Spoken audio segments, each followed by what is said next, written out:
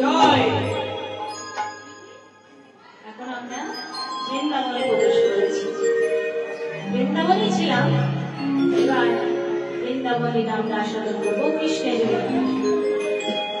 কৃষ্ণ কালিয়াতম লীলা করেছিলেন, এটা আমরা একটু আস্বাদন করি। আজ গোবিন্দ আমার কি করেছেন, আজ গোষ্ঠী আজ বলাই দাদা যায়নি বাবা গোষ্ঠী, কারণ বলাই দাদার জন্মদিন, তার বলাই দাদা যায়নি, তাই গোবিন্দ আজ সকালের সঙ্গে গোষ্ঠী গিয়ে খেলা করেছে।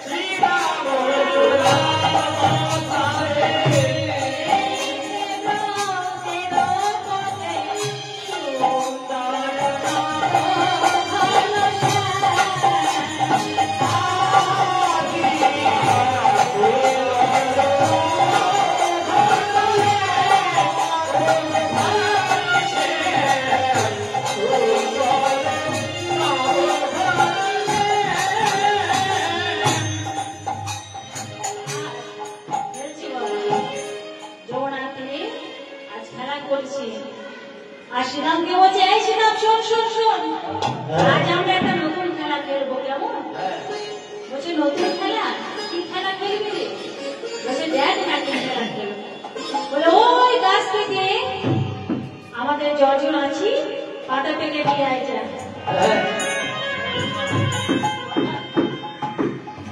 আর আপনার কাজা তো নিয়ে আসে শ্রীরাম গেল পাতা আনতে নাকি?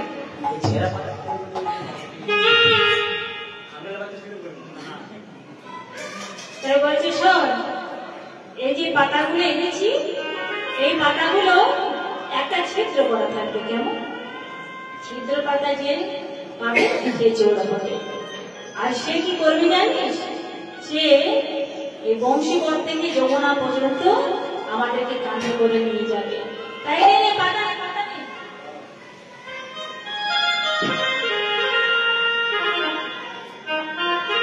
সবার পাতাগুলো দেখতো, সবার পাতাগুলো ভালো পাতা, আমাদের ভালো পাতা, আমারও ভালো পাতা, আমারও ভালো দেখতে হবে।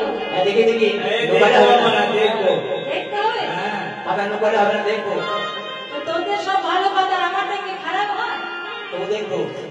দেখলে যখন তাহলে দেখাতেই হবে। কানাই তো যেই না গোবিন্দ পাতাটা এরকম ভাবে দেখেছিল, বলে কানাই চোর চোর চোর। বলে তুই বিনে চোর কে হবে?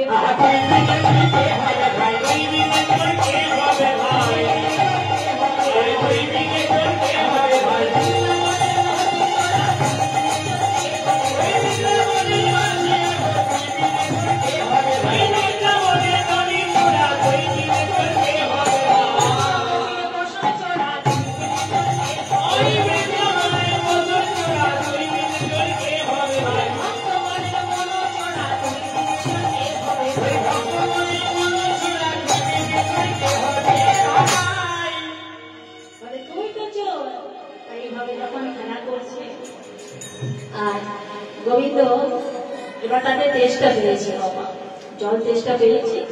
তাই গোবিন্দ বলছে, সকালে আমাদের বড় জল পিপাসা পেয়েছে, একটু জল খাবো। যেই না এই কথা বলেছে, গোবিন্দ বলছে জল খাবি? আজ গোবিন্দের ইচ্ছে বাবা কালীর দমন করবো, তাই সকালেরকে ইচ্ছে করে আজ কালীরহর তীরে পাঠিয়েছে সেখানে জল পান করার জন্য। যেই দিকে বলাই দাদা যেতে দেয় না, আর সেই দিকে খেলা করছি। আজ বলাই দাদা আসেনি, তাই আর সেখানে খেলা করছে। তাই সকালে বলছে, বেশ বেশ তোরা জল খেয়ে আর যা। তাই এবার যেই না বাবা কালীঘরে ফিরে গেছে, সেখানে জল পান করেছে। এই কালীয়দহের তীরে জল, কালীয়দহের যে জল, এই জল পান করলে তো মানুষ মারা যাবে। এমনকি এই জল এতই বিষাক্ত হয় যে সেখানে যদি কোনো পাখি উড়ে যায় বাবা, সেই বিষের এতই তীব্র বিষ যে পাখিও মারা গিয়ে সেই জলের মধ্যে পড়ে যায়।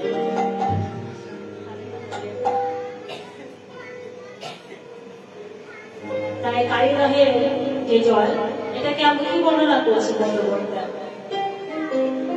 কিবা কালিন্দীর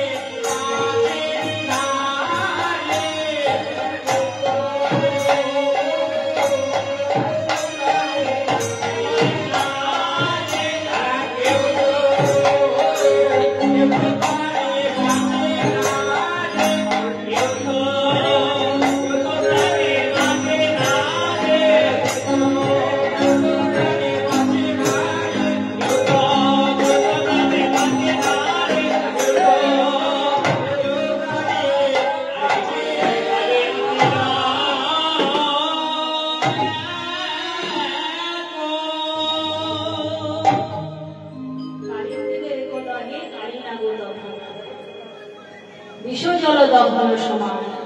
তাহারই উপরে গায় পাখি যদি